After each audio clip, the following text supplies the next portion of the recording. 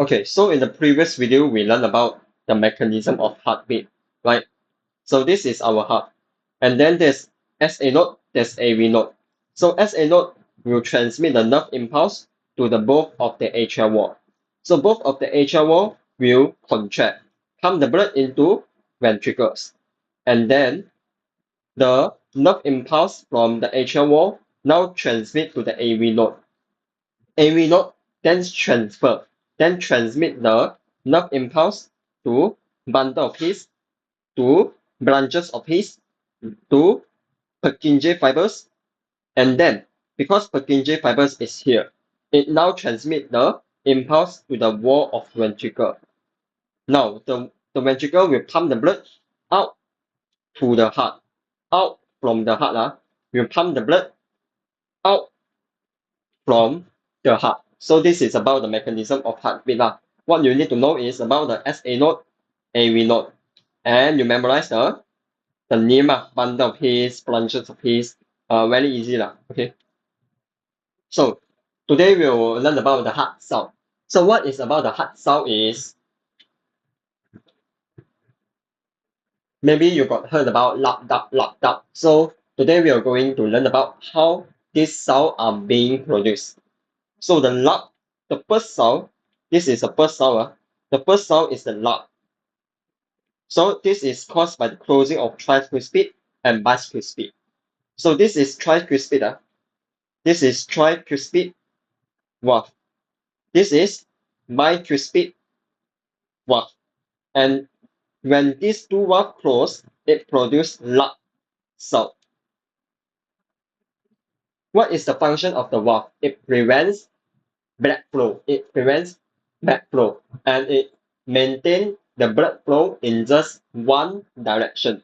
So how about the duct sound? The duct sound is produced by the closing of semiluna. So semiluna is this at the base of what? At the base of pulmonary artery, at the base of pulmonary vein. No, at the base of pulmonary artery and the base of aorta. So this is duct.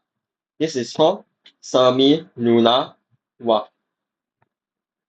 So recap about function of valve. This one you try to answer yourself, and forces that circulate blood. Because what I know is the heart will pump the blood. The heart will pump the blood. So because after the blood reaches the body cells, right? Maybe my leg. So this my heart will pump the blood. Okay, blood flow, and then to my leg. So the deoxygenated blood need to flow from my leg back into my heart, right? So this is against gravity. Against gravity. So how does the blood flow from my leg to my heart? How? So of course the first one is the heart pumping, the main force for the arteries. So my heart pump the blood to the whole the body cells. This one I know. And also if from the leg to the heart, I need to have the skeletal muscle contraction, just like I walk. If I walk, my muscle will contract and relax to produce movement. So my will contract, relax to produce movement. So this is the meaning. So if you see, maybe this is my leg and this is my heart. So if my skeletal muscle contract, how the blood flow, we see. Original, this is the blood. Okay, after my muscle contract, I contract here, I pump here, I pump here, I pump here. You see, the blood is flow originally this way, but because I contract here, so this one become narrow, and the blood is squeezed upwards, right? Can you see? So this is a skeletal muscle contraction. And also we also have the smooth muscle in venules and also the veins. Of course, this also involved in the contraction. If you contract, then it will assist the blood flow.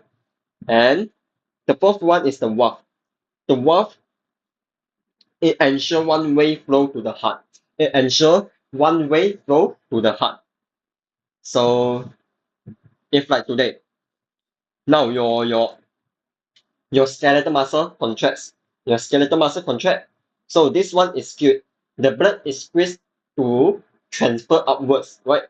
So the valve need to be closed to prevent the blood from dropping down. The valve need to be closed to prevent it from dropping down, right? So this is the importance of the valve. Yes, I prevent the backflow. And also explain why a person who stand too long may faint. Why? Because if stand too long, right, there's no contraction. There's no contraction of skeletal muscles if you stand too long. Because your muscles just like maintain as the shape as you stand. When you stand, the muscle just like this. If you walk, you contract, relax the muscle lah. You contract, relax to produce movement. But you just stand, oh. You just stand. There's no contraction of skeletal muscles to produce extra movement. There's no contraction of muscles to produce extra movement. So less oxygen. So the blood from your leg cannot be transported so quickly to your heart and to your brain. Yeah. So less oxygen flows to the brain, hence less oxygen transported to the brain. This causes the individual to pass out. Yes, so very easy lah. So because you need the muscle contraction to help you to transport the blood up to the heart, then up to your to your brain, right? Yes, very normal lah.